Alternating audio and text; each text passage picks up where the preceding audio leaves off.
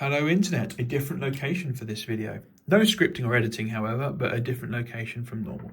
So this is my not very tidy desk where I do a lot of my work.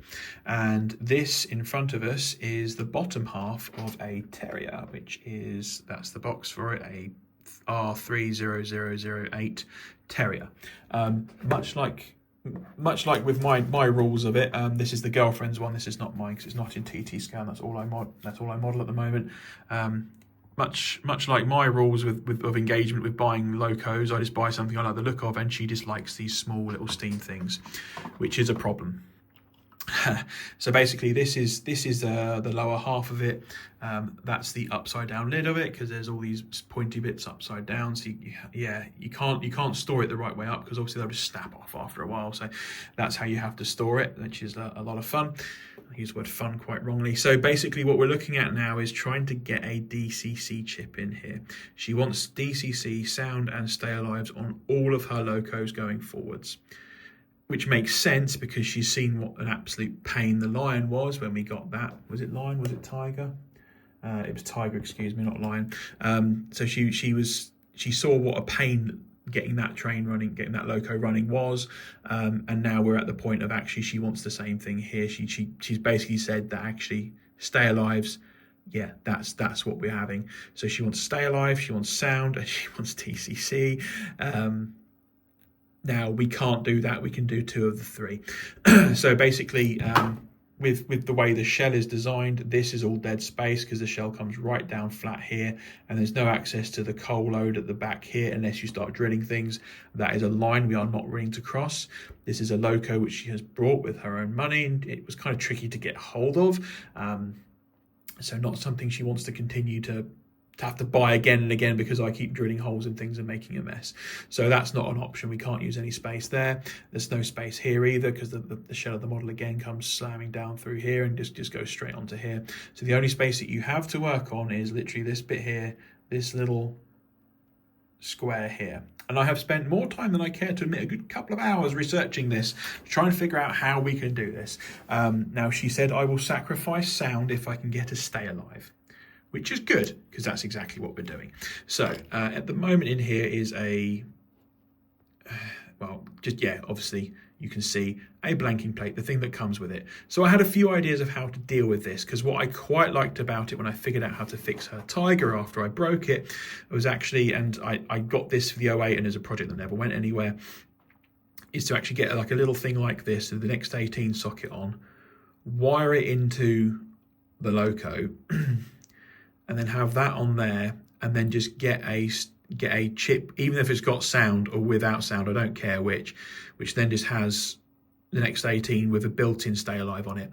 That quickly went away because basically the only ones that have that are ones with sound, which cost quite a lot of money. She's paying for this, by the way, and there's no point paying for sound if we can't use it, you know. And it was actually a little bit too long. It was actually going to stick out a couple of millimeters here, which was a pain.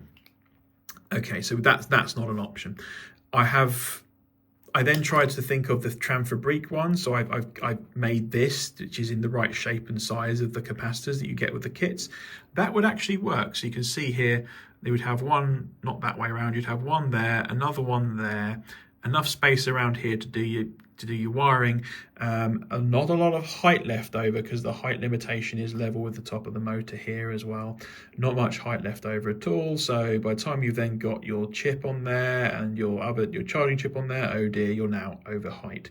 There is a little bit of space underneath here which we could utilize, just under here, which goes all the way across. However, that's not going to work either because you could get the charging circuitry in there, but that's it. You've still got the problem of the stay alive on there and then running a wire through there. That part is hidden once the shell is on, but it's just not going to work. There's just no space. It's just not going to happen. Okay, so that was the idea of getting things from Tram-Fabrique and perhaps getting a Zemo decoder. Now I've stuck with Zemo. I have actually just figured out a solution. So I've stuck with Zemo on this. So we can get a chip which is actually genuinely slightly smaller than the blanking plate, which is a technical marvel. I'm very impressed that they've managed to do that. So it's actually ever so slightly it comes to about 0.5 millimeter less than what this is. So that will work great. And that's a 6-pin connector, no messing around with wires, no messing around with soldering, just plug the bad boy in and then she's done. That's it. And that would give you 0.5 amp of power. That was the big sort of limiting factor on here, is in total all it could do is 0.5 amp of power.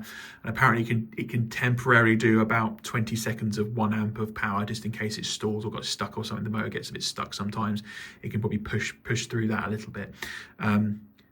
That's not much power, but this is a small loco. It won't be towing very much, if that's the right word, and there won't be any lights on it, there won't be any sound on it. It's actually 0.5 amp is probably just about okay. Bit of research online seems to suggest sort of between sort of 2 and 0.2 and 0.4 or 5 amps is okay. So having this running at 0.5 amp is probably fine. No problems there whatsoever. Okay, so that's that one, and we go to the website here. So if in case you're interested in doing this project yourself, that is the MX615. That one there is specifically, it's the MX615N, the 6-pin plug. That's the model of it. Okay, but then if you'll notice, and this is not in great focus, my apologies. Let's see if we can get the phone to focus. There we go. So if we go up a little bit here, you can see there is no energy storage support on these bad boys. So even though the size is great, 5.7 millimeters long, 8.2 across, and 2 millimeters tall. By the way, these sizings are not consistent, but it is 8.2 because that's the longest edge. And if you look at the picture up here, the longest edge is that edge there. So that's where the pins go. Just be careful when the sizes here, because sometimes the long edge is that edge. And yeah, be careful. So that's actually fine. So 5.7 will actually be the depth of it here, which is actually less than what we're using at the moment. Fine. But we still want to stay alive. So without any low energy support, energy storage support, well, how does that work? So Zemo sell them, although I'm struggling to get hold of them, but I have found a nice little website called You Choose, which is a really cute little name. I like that. This site here, and you can buy from them a lifelink. So that's actually quite useful. Let's see if we can go back to the lifelink here. So what you get on that is you get this circuit board. Oh goodness, that zoomed in quite a bit. The blurriness is the picture, it's not me. So yeah, you get a capacitor on it. Now I'm not sure if you got to solder it yourself or if it's pre-soldered. I'm not too certain. The description is terrible. But yeah, so I've done a bit of research. Other people have fitted these, no problem at all. So stay alive connection PCB for connecting any 16 volt capacitor to any decoder with positive and ground connections. Zemo themselves say actually this SACC16, which is something they make, will work with that. So even if your loco doesn't, even if your decoder doesn't have the storage facility on it, you can just use that and then solder it onto the positive and ground connections on the back. I've looked at the instructions, it labels which ones are them. So actually that will work, and it gives you the PCB dimensions. So that works great. So you can go over to here, and you can see it comes with a tantalum flat here. Sorry, recording screen is harder than it looks. So you get the flat wide tantalum here, which is what it's calling it there. So tall narrow is going to be too tall for it, but flat wide will do it, no problems.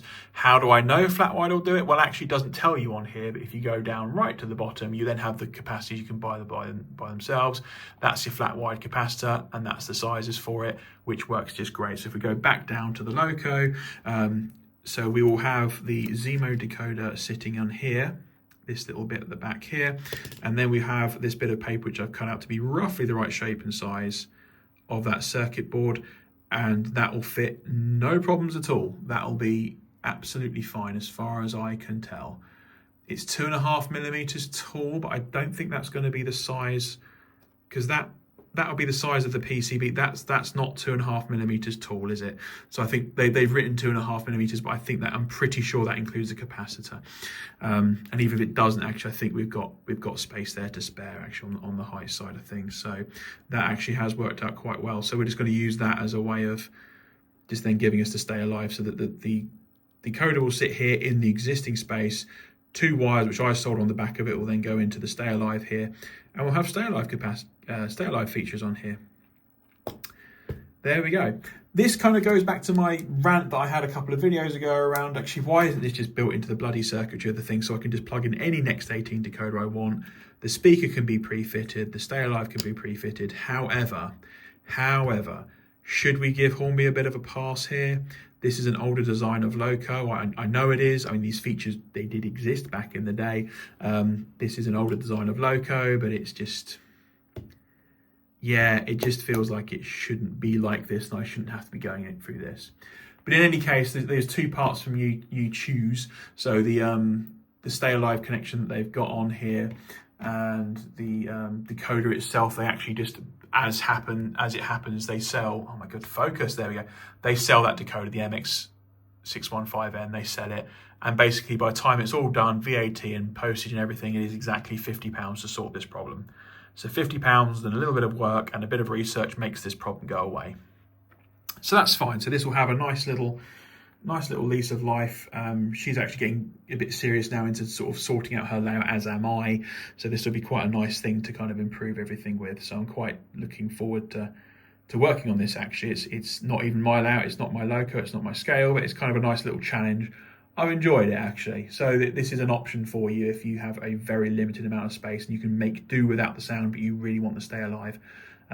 This should do it, because she said on analog this thing does stutter and stop on the points. So actually, yeah, having a Stay Alive on here will make a big difference. Right, okay, we're now up to 11 minutes, so thank you for watching if you've got this far. Have a good day, and I'll talk to you in the next one.